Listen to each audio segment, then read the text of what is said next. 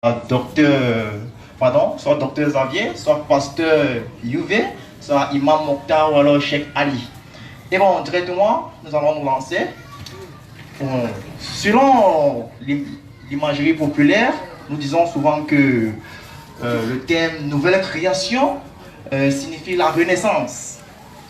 Ce que nous pensons en général au quartier, nouvelle création signifie la renaissance, la résurrection de la nature humaine. Donc une nouvelle créature est un homme nouveau qui vit dans un esprit instantanément renouvelé. Et bon, maintenant, sans toutefois perdre le temps, nous allons donner la parole à Dr Xavier, soit à Pasteur Youvé, de nous faire une introduction brève, de nous dire c'est quoi exactement la nouvelle création, c'est quoi la rédemption déjà, et quel est le rapport entre la rédemption et la nouvelle création. Ensuite, nous passerons la parole à Imam Mokhtar, soit Cheikh Ali. Alors, Dr Xavier, Pasteur Youvé, vous avez la parole, 2 minutes.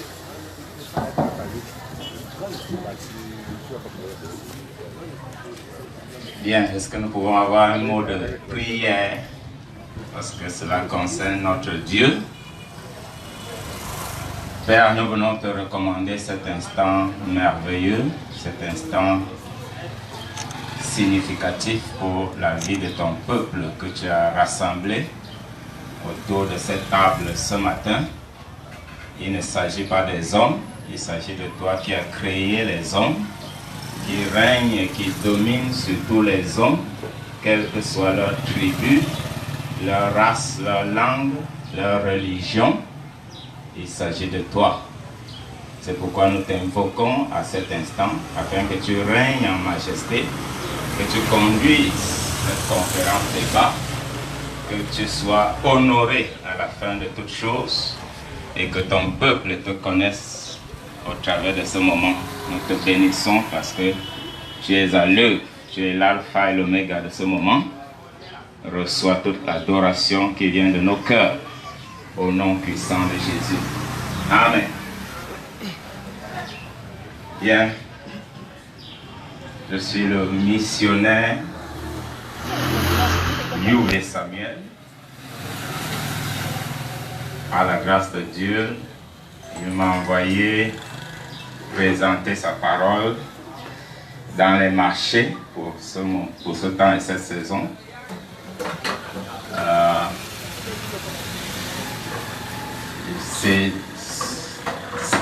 C'est ce matin que j'ai été contacté pour ce moment-ci de conférence.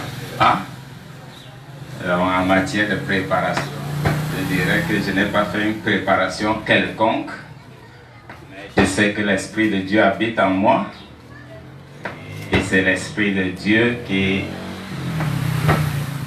va me conduire dans ce débat. Et on m'a dit que c'est basé sur la rédemption. J'ai trouvé cela un moment très important. Parce que quand je lis la parole de Dieu, la rédemption, c'est un grand thème qui couvre toute la parole de Dieu. Et c'est important que tout homme connaisse le plan de celui qui l'a créé. Si tu comprends le plan de Dieu, tu comprendras, tu deviendras son ami, tu seras en communion avec lui, tu ne seras pas à gauche qui t'attend à droite. C'est pour ça que j'ai trouvé ce thème important. C'est vrai, on a mis entre parenthèses la nouvelle création. La nouvelle création pour moi n'est pas le sens qu'on voudrait lui donner, le sens biblique. La nouvelle création est le passage clé qui nous parle de la nouvelle création dans la parole de Dieu, c'est 2 Corinthiens 5, 17. Si quelqu'un est en Christ, il est une nouvelle création. Les choses anciennes sont passées. Voici, toutes choses deviennent nouvelles si quelqu'un est en Christ. Oh, merci. Alors, merci, Pasteur Youvé. Merci, mais je me rappelais auditeurs que ici nous avons 2 minutes d'introduction. Parce que après, nous avons le temps de entrer dans le vif des sujets, les détails nécessaires. Alors, Imam Mort, alors Cheikh Ali, 2 minutes. Bismillahirrahmanirrahim. Toutes les louanges appartiennent à Allah, Seigneur et Maître de l'univers. Allah qui guide celui qui veut par sa miséricorde et les gars qui veut par sa justice. Je témoigne que nulle autre divinité ne mérite l'adoration sauf Allah. Et je témoigne de la véracité, la justesse et l'apostolat du prophète Mohammed, fils d'Abdullah, fils d'Abdul Muttalib, fils de Hashim, fils d'Abdul Manaf, jusqu'à Ismaël, fils d'Abraham, l'ami intime de Dieu. qu'Allah prie sur lui, sur sa famille pieuse, ses fidèles compagnons, ainsi que sur tout prophète véritablement envoyé par Allah, dans le but de nous sortir des ténèbres de l'idolâtrie, de l'incroyance, de turpitude, vers la connaissance d'un vrai Dieu unique, et également les vraies valeurs morales et spirituelles pour laquelle Allah attend de nous sur le plan horizontal comme vertical.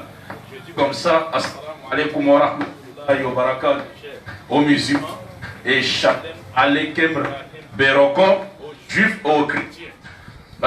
Mes chers frères, le thème de la rédemption, lorsque nous a souligné et nous a invités ici, pour ce sujet, nous avons dit que c'est un sujet très capital.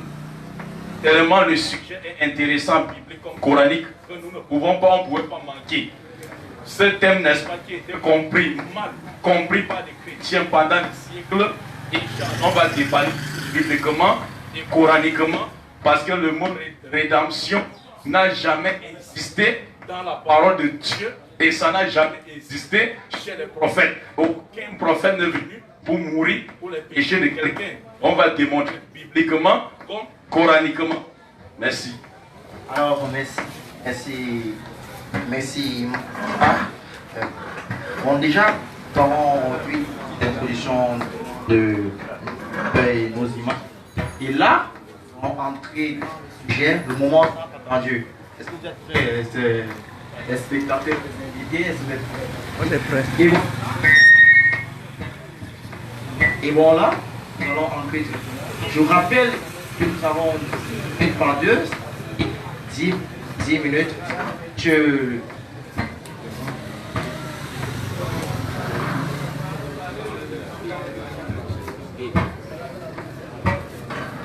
Allô?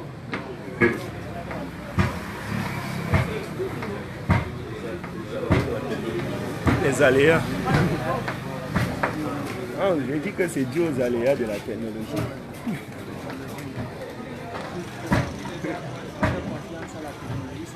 Ah, c'est ça. Alors, en venant, j'ai tantôt lancé direct. Cette fois-ci, nous avons parole comment au musée. Donc, je vous pose la question. Qu'est-ce que la rédemption?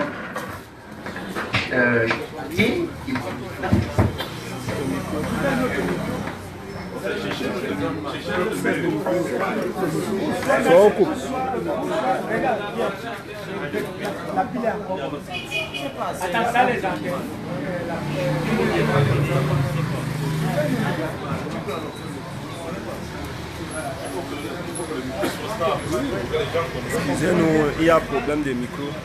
Il y a problème sonore.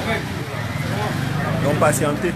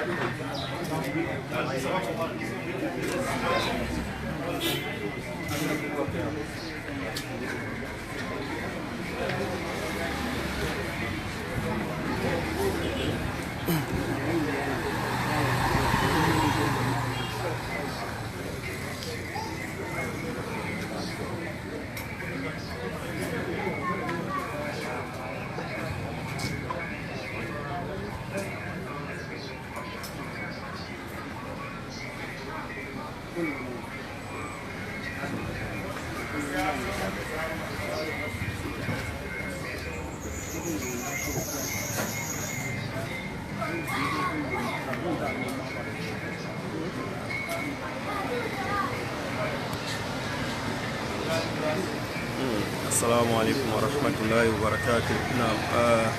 On va s'excuser pour cette interférence, mais on a un problème de micro. Oui, le micro dérange un peu. D'accord. Alors, bon, je disais tantôt, nous allons passer la parole cette fois-ci à Imam Mokhtar de nous dire réellement c'est quoi la rédemption, Imam Mokhtar. C'est quoi la rédemption? Vous avez 7 minutes. Pardon? Imam Mokhtar, vous avez 10 minutes. Je vous dis, c'est quoi réellement la rédemption? Alhamdulillah.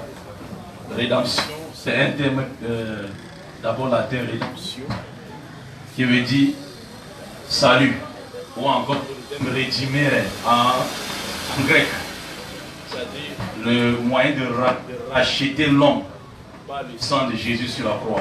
Et vous savez, c'est la base même de la foi chrétienne. C'est-à-dire s'il n'y a pas rédemption, il n'y aura même pas la foi chrétienne. C'est pour ça que l'apôtre Paul va vous dire dans 1 Corinthiens chapitre 15 verset 14, sans la rédemption, le christianisme est vain. Et nous sommes là pour montrer que ça, cette base qui soutient le christianisme n'a jamais été la volonté permissible de Dieu, ni dans la Bible, comme dans le Coran. Premièrement, chez nous en islam, Allah nous dit le but de la création de l'être humain, c'est quoi? Allah dit qu'il a créé l'être humain. Coran chapitre 51, verset 56. Allah dit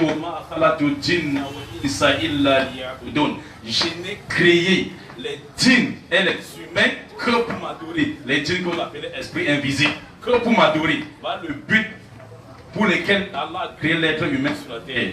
C'est-à-dire, Dieu a créé l'être humain pour le faire un culte pur et exclusif dans sa divinité, dans sa seigneurie et ses noms et attributs. Maintenant, comme l'être humain ne pouvait pas savoir le but de sa création, Allah, n'est-ce pas, a envoyé les prophètes dans le but de faire connaître Dieu aux êtres humains. Et le premier être humain qui existait ici sur la terre, c'était Adam. Adam a reconnu que Dieu était unique. Il lui manquait seulement à mener une vie vertueuse fondée sur la volonté de Dieu. Exprimer, n'est-ce pas, une vie, n'est-ce pas, fondée sur la volonté de Dieu, exprimée par deux choses. L'ordonnance du bien et l'abstinence du mal. Maintenant, il dit, voici ces fruits, mange. C'est-à-dire l'ordonnance du bien, et voici ces fruits, ne mange pas. Et voilà l'ordonnance, n'est-ce pas, l'abstinence au mal. Maintenant, Adam, n'est-ce pas, n'a jamais commis de péché. Vous allez être étonné d'entendre ça aujourd'hui. Même nos frères pasteurs. Adam n'a jamais commis les péchés. Mais ce que Adam a commis, on appelle ça erreur. Voilà pourquoi le mot utilisé par le Coran, c'est khata'a et non zuno en arabe. Khata'a veut dire erreur. Parce que l'erreur n'est pas le péché. Le péché, c'est la transgression de la loi divine, ayant connu le mal et le bien. C'est-à-dire ayant connu Satan. Mais nous savons que même l'apôtre Jean dit dans 1 Jean 3, verset 8, il dit, celui qui pêche est du diable, car le diable pêche depuis le commencement. Or, Adam n'avait jamais connu Satan dans la Bible, avant son acte. Mais il a connu Satan après son acte. S'il a connu Satan après son acte ne peut pas être considéré comme péché. Parce que celui qui est père du péché, c'est Satan. Et or, Adam a connu Satan après son acte. Donc nous disons que ce que Adam a commis, c'est l'erreur. L'erreur, c'est quoi maintenant par définition? C'est, n'est-ce pas, c'est-à-dire, c'est le fait de poser un acte pour atteindre un résultat qu'il fallait poser cet acte autrement. Il fallait poser cet acte autrement. Donc ici, Dieu a dit à Satan, Dieu a dit à Adam plutôt, ne mange pas ce fruit. Il voit directement quelqu'un qui lui apparaît et qui lui dit, Dieu a dit, si vous le faites, alors qu'il n'avait jamais connu celui-là. Qu'est-ce qu'il a fait? Directement, il a ne pas croire même à celui-là aussi, c'est un peu désobéir à Dieu, comme il se disait. Et ça, c'est l'erreur, ce n'est pas le péché. Et l'erreur, comme le péché, peut suivre des conséquences. Mais la différence est que le péché est puni, alors que l'erreur n'est pas punie. L'erreur n'est pas punie, mais ça suit les conséquences.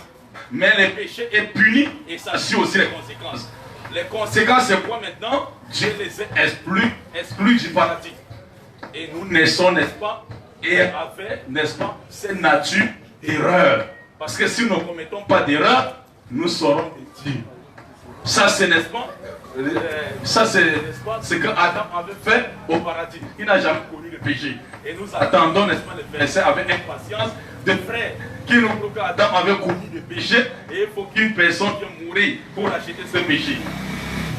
Maintenant, islamiquement, Allah a envoyé, n'est-ce pas, comme Adam a commis l'erreur, il fallait rentrer au paradis. Ça a subi les conséquences. Et il n'a plus à Allah d'envoyer les prophètes. Dieu a envoyé les prophètes sur la terre. Et ces prophètes qui ne sont pas venus pour mourir. Parce que voilà pourquoi le Jésus-Christ, dans la Bible comme dans le Coran, commençant par dans la Bible, Jésus-Christ, Père de Dieu, lui dit dans Luc chapitre 11, à partir du verset 49 à 50, la sagesse de Dieu a déclaré, nous les enverrons les prophètes, nous les enverrons les prophètes et les disciples. Ils tueront d'autres et vont lapider d'autres. C'est-à-dire, on a un problème, mes chers frères. Donc, la nature, c'est-à-dire, Dieu a déclaré dans sa sagesse, je vais envoyer les prophètes. Donc, Dieu savait qui va envoyer les prophètes, mais les gens, les mécréants, ont tué les prophètes. Mais la question est de savoir, est-ce que ces prophètes ont été envoyés pour se faire tuer? Non. Il n'y a que quelqu'un. C'est comme si vous envoyez un enfant pour aller chercher du pain dans l'Algérie. Il ne fait pas attention et la voiture le ramasse. Il n'y a que quelqu'un qui est de mauvaise foi ou dit nous avons envoyé l'enfant pour se faire tuer. Non, ce n'était pas le but de la mission de l'enfant. Mais ça, c'est une conséquence de sa mission. Il n'y a pas un seul verset biblique où un prophète, mes chers frères, a été envoyé pour se faire tuer. Ça n'existe pas dans la Bible. La mort était programmée par des mécréants qui ne voulaient pas accepter la lumière dont ils étaient dépositaires, transmetteurs de la part de Dieu. Donc Dieu a envoyé plusieurs prophètes ici sur la terre qui sont venus. Il faut laisser le micro parler. Oui. Donc Allah a envoyé les prophètes, mes chers frères, ici sur la terre. Plusieurs prophètes, l'islam nous parle, selon d'autres sources, 124 000. Plus de 124 000 messagers qui sont venus sur la terre. Et le but d'envoi des prophètes sur la terre, c'est extirper les gens des ténèbres de l'idolâtrie. Parce que le premier commandement n'est pas de nous mourir sur la croix pour quelqu'un. Non. Exode chapitre 20, verset 1. Dieu dit à Moïse, je suis le Seigneur ton Dieu qui t'a fait sortir du pays d'Égypte. Tu n'auras point d'autre Dieu devant ma face. Et ça, c'est dans Deutéronome chapitre 6, verset 4. Moïse dit ceci aux enfants d'Israël. Shema Israël, Adonai, Elohim, Adonai, Echad. Ça c'est l'hébreu. Pour ceux qui ont appris l'hébreu parmi nous. Écoute Israël, l'Éternel notre Dieu est l'unique. Ça c'est le premier de tous les commandements. Lorsque Jésus-Christ lui-même aussi vint, dans Marc chapitre 12, verset 28 à 34, la Bible dit, un docteur, un scribe demanda à Jésus-Christ, quel est le premier de tous les commandements? Jésus répondra, Shema Israël, Adonai, Elohim, Adonai, Echad.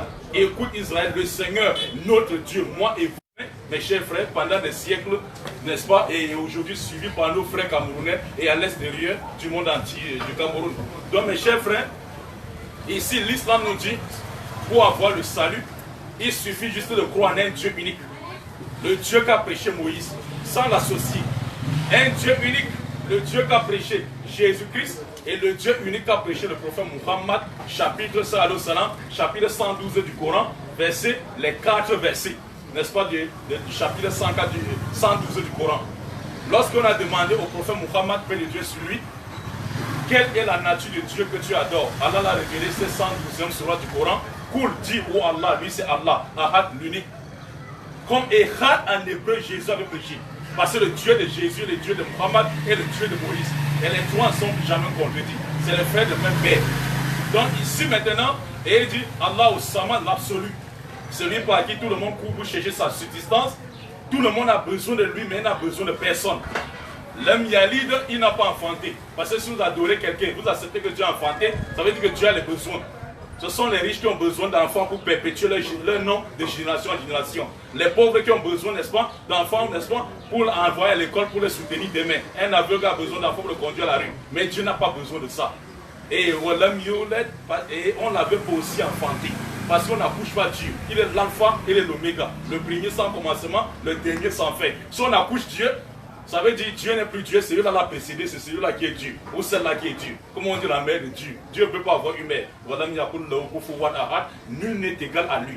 Tout ce que vous pouvez penser dans votre tête, Dieu est tout autre. Ésaïe 40, verset 18. À quelle image ferez-vous de moi et quelle comparaison ferez-vous de moi? Donc ici, personne n'est venu mourir pour nos péchés ici. Et nous attendons les versets bibliques, dans toutes les versions bibliques, avec patience. Voilà ce qu'en pense les autres orateurs. Pasteur Xavier, ou alors Pasteur Yves, vous avez la parole 10 minutes. Déjà, je vous remercie d'être venu pour tout ce qui est là. Chers invités, je vous remercie déjà Mokhtar qui est là, avec toute son équipe. En fait, quand j'ai vu le thème, rédemption, entre parenthèses, nouvelle création, je pense qu'il y a ce qu'on appelle en théologie une inadéquation et anachronisme, parce que on ne peut pas mettre rédemption, on met nouvelle création. Parce que, comme je l'avais dit, la rédemption, entre parenthèses, la nouvelle création, on ne peut pas concilier ces deux choses. Bien que ces choses soient dans ce qu'on appelle la christologie ou la soteriologie dans le langage théologique. Parce qu'il y a ce qu'on appelle la soteriologie. C'est l'étude qui apprend le salut. Et chez les chrétiens, en fait, parce qu'il faut savoir que moi je parle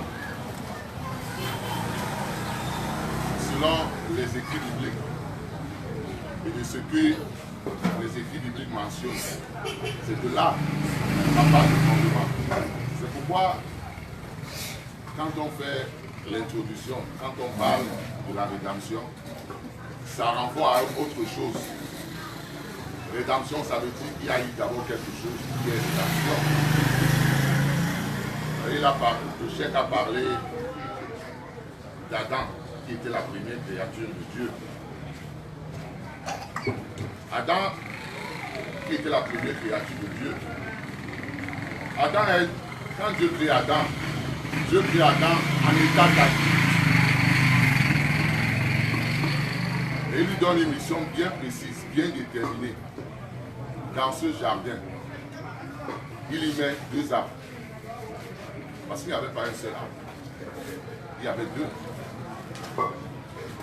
Un arbre qui représentait la connaissance du bien et du mal. Un autre arbre représentait l'arbre de la vie. Il lui donne cette instruction, tu n'en mangeras pas. L'arbre qui est au milieu, si tu en manges, tu mourras. Il lui a donné aucune indication sur l'arbre de vie.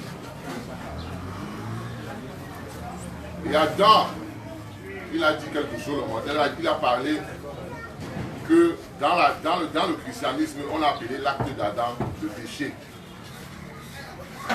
Il faudrait savoir.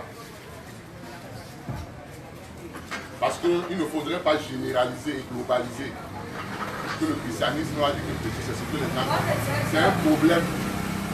C'est un problème de sémantique. Il y a ce qu'on appelle le péché en grec. Ça s'appelle armatia. Ce qu'il a fait, ça s'appelle armatia. Ça veut dire que c'est une identité erronée. Adam, dans ce qu'il était, il faut savoir que Dieu, Adam était entre la partie neutre, parce qu'il ne connaissait ni bien ni mal. Il était ce qu'on appelle en théologie innocent. Il était innocent. C'est ce qu'on appelle, on appelle la dispensation de l'innocence dans la théologie. Et cette innocence, il ne pouvait pas avoir ce qu'on appelle le discernement, non savoir ce qui était bien, ce qui était mal. Et quand il commet cette désobéissance, parce qu'il faudrait enlever l'hypocrite et dire que les chrétiens, en général, on dit que les chrétiens appellent ça non. Si un chrétien n'est pas bien enseigné, il ne faudrait pas globaliser les chrétiens. C'est la même chose chez vous. Si un imam n'est pas bien éduqué, il ne faudrait pas qu'on dise que tout le monde. C'est dans cet équivoque qu'il faudrait savoir. Le christianisme, avec l'âge, avec le temps, on n'avait pas compris.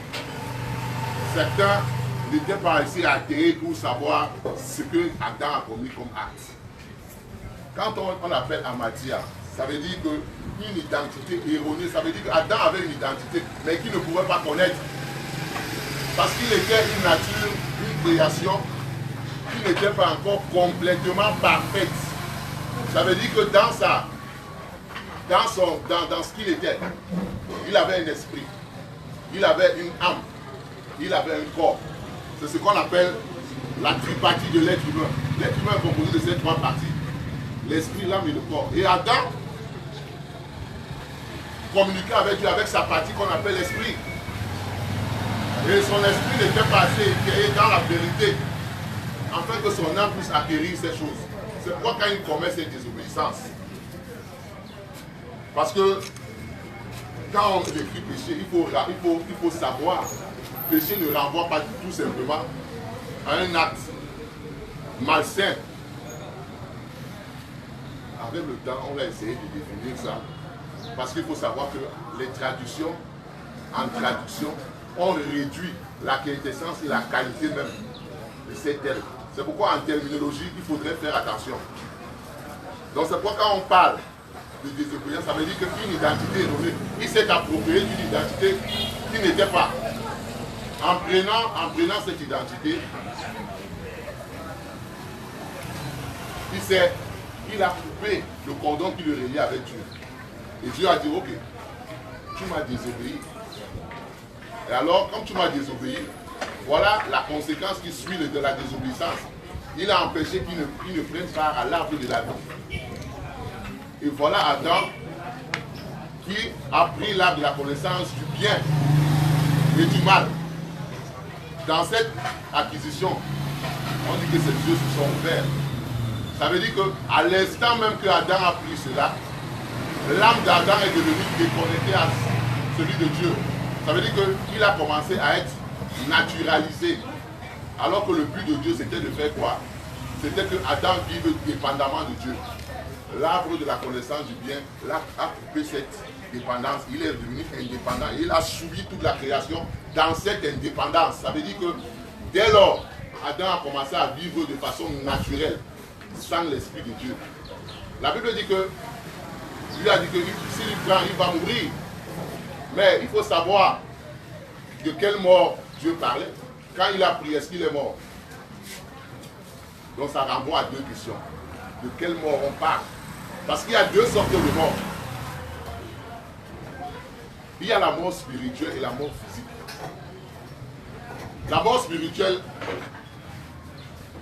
elle est cette mort qui nous coupe de Dieu. Ça veut dire que l'esprit, notre esprit devient satanifié. On ne peut plus communiquer avec lui. Et celle qui est physique, qu'on appelle en grec thanatos, c'est cette mort-là dont on connaît souvent quand l'âme, quand le corps cesse de vivre. Et c'est de cette mort que Dieu est en train de parler. Parce qu'après, quand il a dit qu'il est mort, Adam est resté encore pendant 939 ans. Mais le problème, c'est qu'il a transmis cette nature déchue à toute l'humanité. Et cette nature déchue ne pouvait pas atteindre Dieu. Parce que pour atteindre Dieu, il fallait que l'esprit humain soit connecté. Mais comme son esprit n'était plus connecté, l'homme ne pouvait plus atteindre la divinité. Parce que Dieu a donné à l'esprit, à l'homme, l'esprit pour communiquer, l'âme, l'ensemble de ce qui est de sa personnalité, le corps pour vivre dans ce corps terrestre.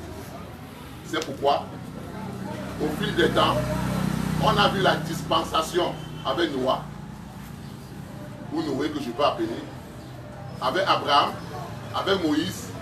Ils cherchaient à atteindre Dieu par des moyens purement humains. Donc ça veut dire que quand Dieu, on a parlé de dispensation, c'était tout simplement un test. Parce que Dieu savait, Dieu est omniscient, Dieu est omnipotent. Il connaissait que l'homme va atteindre ce degré. Mais il voulait voir si l'être humain peut vivre sans lui. Et au bout de son expérience, il a compris que sans Dieu, l'être humain ne peut pas vivre. Et c'est ce qui renvoie à la question. Quand on parle, quand Jean dit au commencement, parce que les gens croient que le commencement, quand on parle dans Genèse 1, c'était le commencement de l'univers. C'était le commencement d'une création appelée terre et ciel. Mais avant, ce que Dieu considère comme nouvelle création, c'est pourquoi j'ai parlé du terme. C'est ce qui parle dans Jean au commencement était Dieu. C'était le Logos. Ça veut dire quoi? La parole. La parole s'est fait chair. Et cette parole qui était au commencement avec Dieu, qui est Christ. C'est-à-dire que c'est au travers de cette parole que tout a été fait. Quand on attend Logos, ça ne renvoie pas seulement au simple terme parole. Ça veut dire que dans le christianisme, on dit que l'homme, Dieu s'est fait chair. Ça veut dire que Dieu s'est incarné en un homme. Dieu voulait renvoyer. Parce que Dieu avait un besoin, il est bien. Il voulait avoir des fils et des filles. Afin que son amour soit réciproqué. Mais l'erreur d'Adam a fait en sorte que la matière, c'est ce qu'on appelle, d'autres vont appeler péché, il ne faut pas les en vouloir.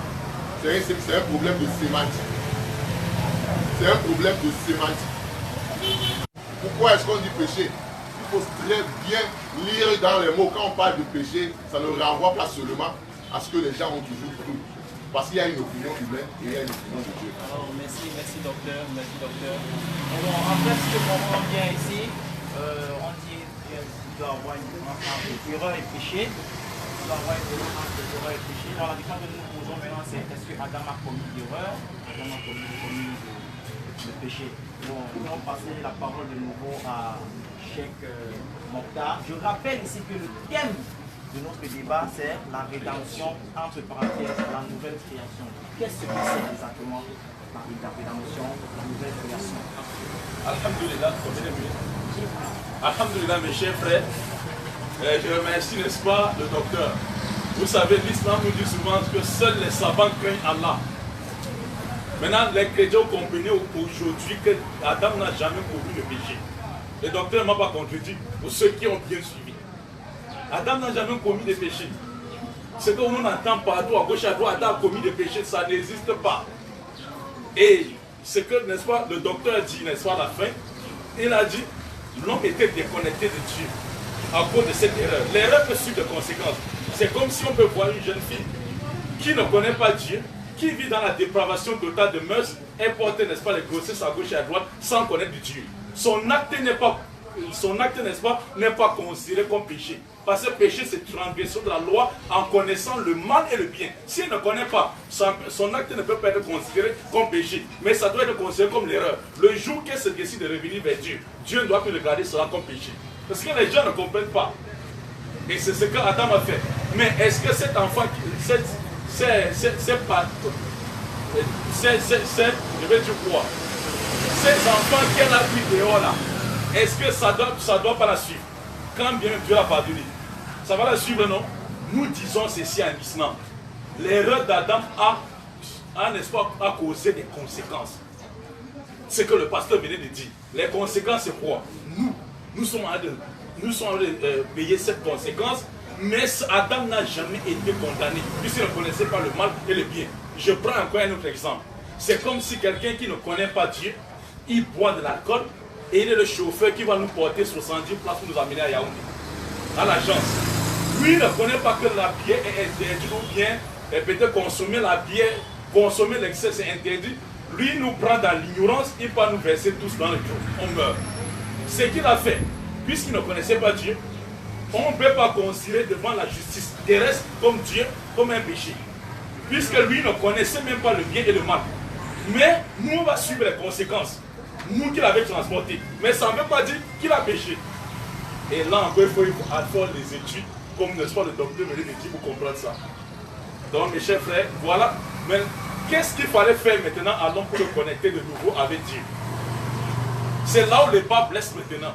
Les chrétiens disent qu'il fallait que Jésus-Christ vienne mourir sur la croix pour nos péchés. Et les musulmans disent non, Jésus ne mourit pas sur la croix pour ça. Qu'est-ce qu'il fallait faire? Il a plu à Allah d'envoyer les prophètes. Allah dans le Coran chapitre 2 verset 38. Allah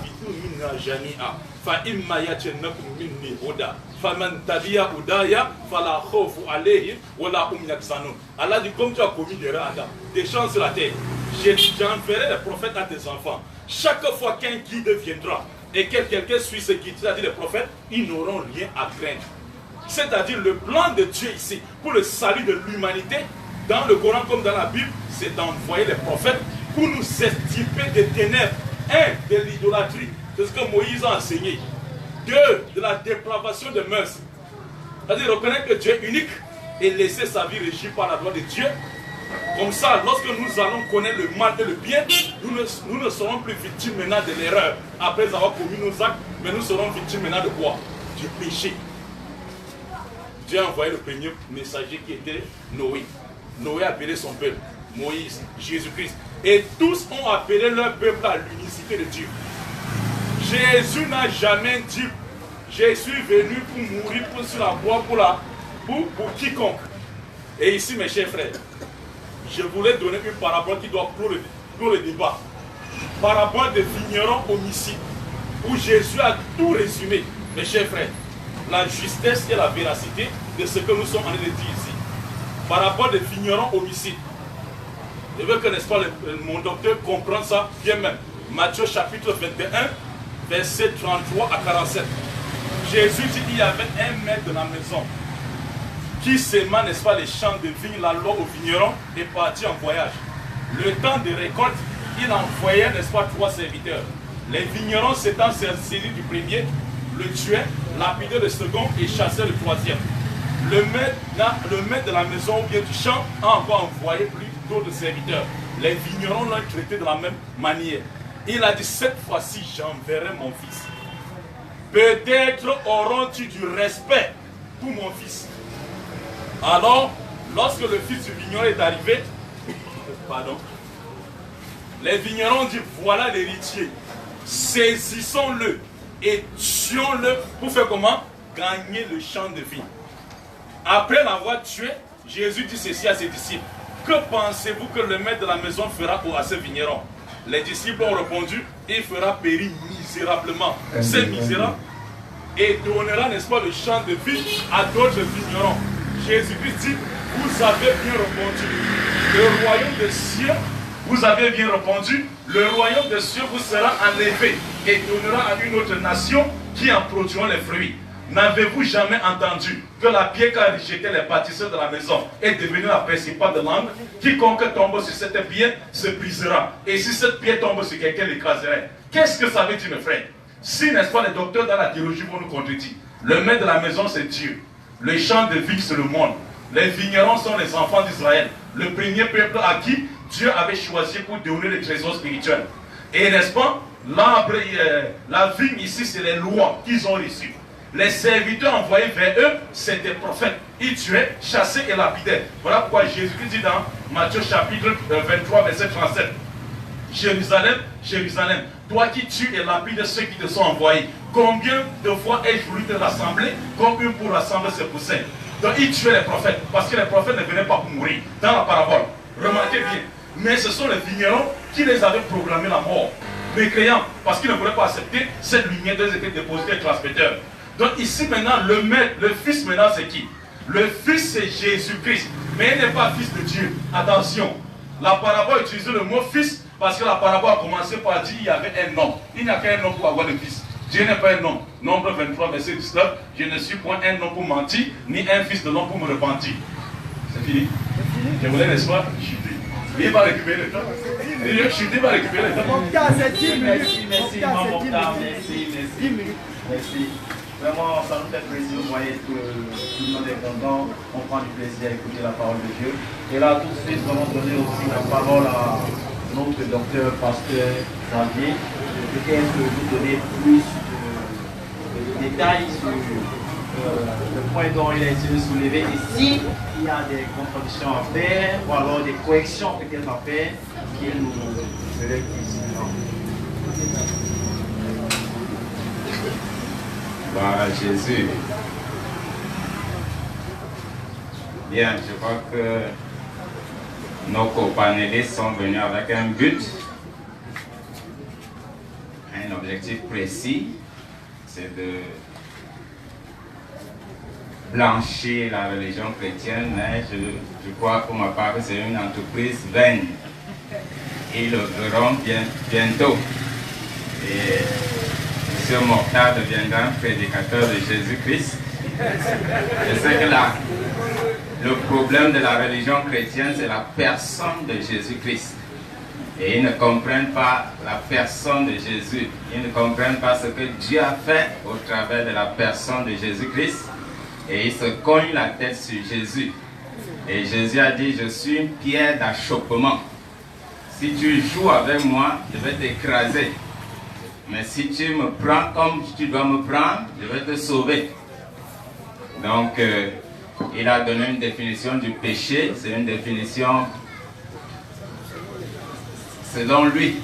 Parce que si tu veux comprendre simplement ce que c'est le péché, parce que nous-mêmes, on n'a pas seulement à parler des gens qui étaient des années à Adam et Ève. Nous-mêmes, est-ce que tu es conscient que tu pêches? Si tu as péché, Adam a péché. Adam a péché et nous péchons. Nous péchons comme nous buvons de l'eau. Donc le péché, c'est simplement tout ce que nous faisons contrairement à la volonté de Dieu. Et ils ont fait contrairement à la volonté de Dieu depuis le jardin d'Éden. Et c'est le péché. Il n'y a pas à colorer ce mot. Il n'y a pas un problème de sémantique. C'est la désobéissance. Comme les enfants désobéissent aux parents dans le foyer. C'est la désobéissance, c'est le péché. Et il a fallu à Dieu de mettre sur place un plan de rédemption, un plan de rachat, parce que quand tu pêches, tu deviens esclave du péché. Et il faut qu'on te rachète.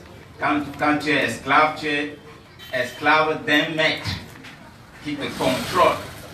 Et il faut, si tu dois appartenir à nouveau à Dieu, Dieu doit te racheter. La rédemption, c'est racheter, payer le prix nécessaire pour que tu deviennes encore l'enfant de Dieu qu'il a créé.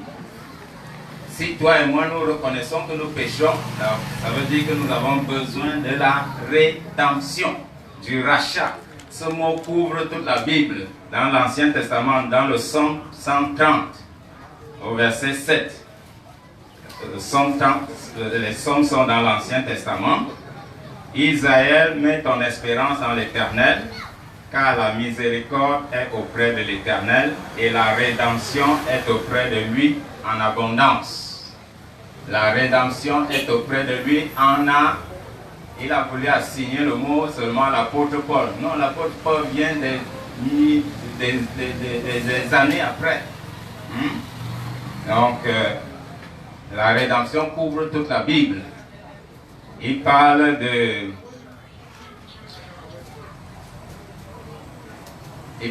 les 5 premiers livres ont été écrits par Moïse. Ça devait même faire l'unanimité entre chrétiens et musulmans. Tu ne te limites pas à ce que Moïse a écrit à la Genèse et tu ne continues pas. Il a écrit 5 livres. Lis tous les 5 livres, au moins. Parle à la lumière des 5 livres que Moïse a écrits. Les 5 premiers livres. Ils appellent ça la Torah. Mets tous les enseignements de Moïse ensemble. Depuis la Genèse, quand l'homme a péché, quand l'homme a désobéi à Dieu, Dieu lui a promis un rédempteur. Genèse 3, c'est quoi le verset 18? Il dit, je vous susciterai un libérateur comme toi, Moïse. Un libérateur. La Bible parle déjà de Jésus. Jésus, c'est le thème central de toute la vie. Quand tu mets Jésus de côté, tu as fait entorse à toute la parole de Dieu. Parce que c'est le mystère de Dieu. C'est au travers de lui qu'il a déroulé tout son plan. Et Jésus, s'il te plaît, c'est la personne qui nous a donné les preuves. Ce n'est pas une histoire racontée. Il a vécu au milieu des hommes. On l'a vu, on l'a touché, on l'a entendu. Va voir ses enseignements. Ne prends pas la chose légère. C'est une question de vie ou de mort, de condamnation ou de salut. Ce n'est pas, c'est pas un jeu. Quand on vient faire des jeux de mots. Non. Et si tu ne, aussi longtemps que tu ne le reconnais pas comme le Rédempteur, le Sauveur, quand il a fallu naître, un ange a dit, il portera le nom de Jésus. Ça veut dire celui qui sauvera son peuple de ses péchés. Un ange, ce n'est pas un homme. Dans Matthieu 1, 21. Pourquoi il a porté le nom de Jésus? Parce qu'il est le Sauveur. Et s'il vous plaît, moi, je trouve un grand privilège, c'est pour moi un grand privilège de parler du Dieu véritable. Je voudrais te rappeler que nous étions de ceux que la Bible appelle les païens, les gentils. Il n'y avait que Israël qui était le peuple de Dieu. Et si nous, aujourd'hui, nous parlons de Dieu, du Dieu véritable, c'est grâce à Jésus. Parce que c'est au travers de Jésus que Dieu a étendu son amour vers le reste de toute la terre. Donc quand tu joues avec la personne de Jésus, tu es en train de jouer avec ton salut, tu es en train de jouer avec Dieu lui-même. Et la vérité ne se négocie pas, on ne manipule pas la vérité. Tu peux parler, être le meilleur orateur du monde et dire des choses, mais tu ne peux pas changer la vérité. Elle est solide. Elle est solide, personne ne peut changer la vérité. Que tu dises que Jésus est ceci ou cela, la vérité est là et elle est vraie pour tout le monde. Vous voyez un peu. Donc nous n'avons pas à jouer des jeux de théologie et de religion ici. Et s'il vous plaît, Jésus n'est pas un chef religieux qui est venu introduire une autre religion. Non, il est venu de la part de Dieu. Il est reparti vivant vers Dieu, pas en cachette. Il y a des témoins. Cela a été écrit. On te dit quel est le péché. Le péché, c'est tout ce que nous faisons contrairement à la volonté de Ève. On péché. Tu appelles cela erreur, ça ne change rien. C'est la désobéissance à Dieu. Ils ont fait ce que Dieu leur a demandé de ne pas faire. C'est la désobéissance. C'est le péché.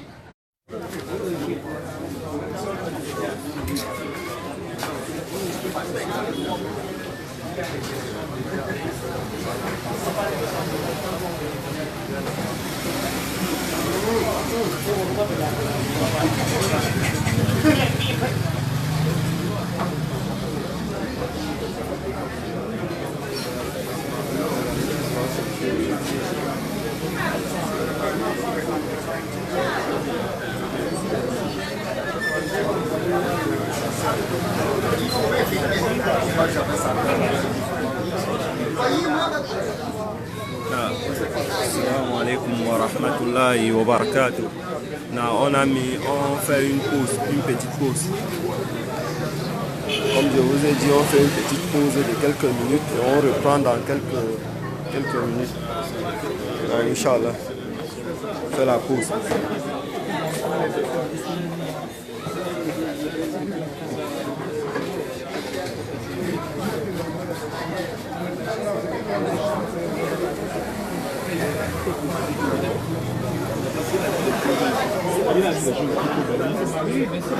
Le temps, c'est qu'on coupe ici.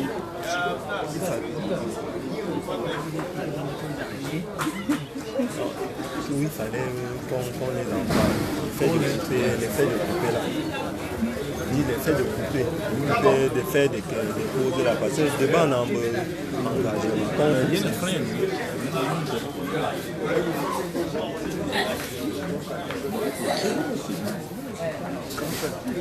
Vous voyez que tu as écouté à suivre un débat. Quand on trouve comme ça, tu vois, il y a d'autres même qui vont peut-être s'en aller et il y a d'autres qui vont perdre le rail, tu vois. Donc, c'était mieux. Même en partageant, on peut toujours continuer à faire le débat. Tu vois, on coupe comme ça, c'est arrête.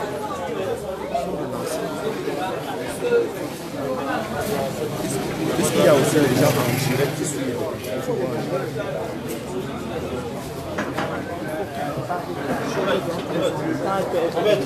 C'est ce qu'il y a fait.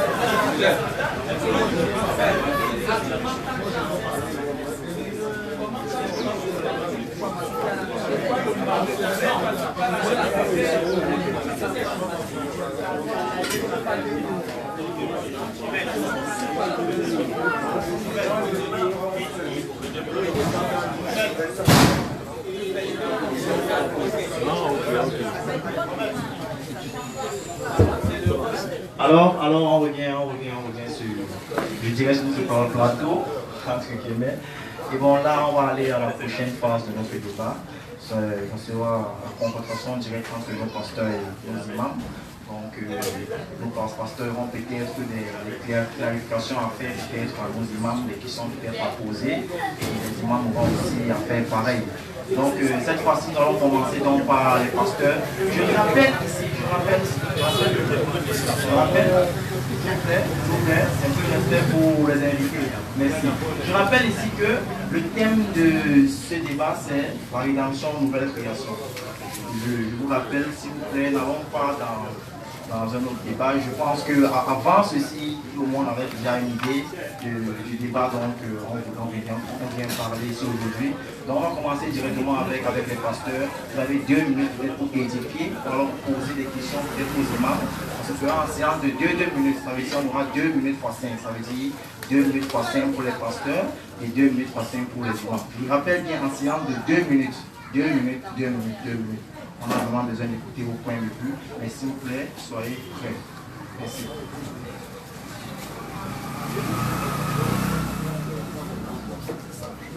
Merci encore. Je pense que les minutes qui nous sont imparties sont les plus très courtes. C'est très court. Et déjà, il faut déjà aussi dire qu'on ne peut pas couvrir ce thème aujourd'hui. Parce qu'il y a beaucoup à dire. Mon frère l'a dit tout à l'heure, ça englobe beaucoup de choses. Et en quelques minutes, voire quelques heures, c'est difficile. Donc on n'est même pas encore entré en profondeur dans ce qui est la rédaction. On ne peut pas. Tout ce qu'on est en train de faire aujourd'hui, c'est des essais d'introduction pour comprendre pourquoi. Parce que c'est un sujet très épique, très profond.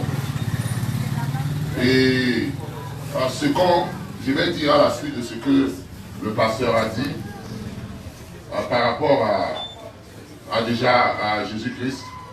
Vous savez, moi d'abord, moi j'exige premièrement, il faudrait être aussi clair. Nous sommes venus avec des doctrines reçues et non une confrontation interreligieuse. Et moi, franchement, je n'aime pas les aborder. La première chose, c'est quoi? Pourquoi? Parce que c'est un débat sans fin depuis les lustres. On débat cela sans chercher la chose fondamentale. Parce que les chrétiens vont dire, on croit en Jésus-Christ. Les musulmans vont dire, on croit en Dieu et son prophète Mohamed. Ça, je ne vais pas les en vouloir. C'est selon ce que leur Coran le dit. Et quand un chrétien parle de Jésus-Christ, il se réfère à ce que la parole de Dieu venant de la Bible. Et c'est pourquoi moi, Dieu avait donné un ordre bien précis.